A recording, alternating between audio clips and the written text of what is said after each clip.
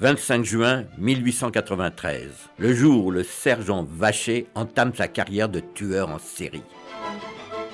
Par Frédéric Lévineau, journaliste au Point.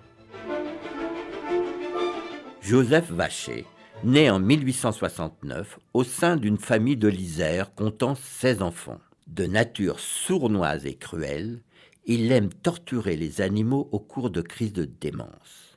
À 21 ans, il effectue son service militaire à Besançon quand il tombe fou amoureux d'une cantinière nommée Louise. Seulement, la Louise est une coquette. Et le 25 juin 1893, Vacher découvre qu'il est cocu. Au lieu de se fâcher, il tombe à genoux devant la cantinière Volage pour la demander en mariage. Celle-ci explose de rire.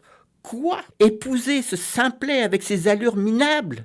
Jamais de la vie. Le soir même, Joseph revient pour réitérer sa demande. Louise reprend ses moqueries de plus belle. Cette fois, la coupe est pleine pour le sergent Vacher. Il sort un revolver pour tirer 4 balles sur elle avant de retourner l'arme contre lui. Heureusement, tous deux réchappent à leurs blessures. Joseph se retrouve avec la face balafrée. Jugé fou, il bénéficie d'un non-lieu avant d'être enfermé dans un asile.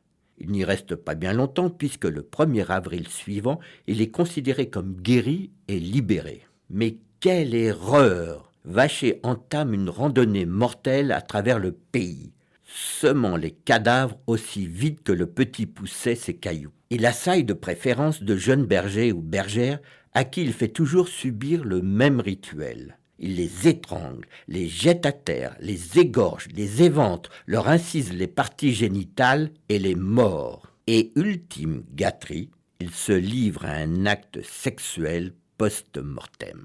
Finalement, le 4 août 1897, Joseph Vacher est reconnu et arrêté. Il commence par nier les meurtres. Au bout de 2 mois, il finit par en avouer 11 commis sous le coup de la folie. Lors de son procès, il débarque avec une toque en poil de lapin sur la tête et une pancarte autour du cou sur laquelle on peut lire « J'ai 2 balles dans la tête ». Malgré cela, Vacher est déclaré responsable et condamné à mort. Le 31 décembre 1898, il est guillotiné. Au prêtre venu le confesser, il déclare « J'embrasserai Jésus-Christ tout à l'heure.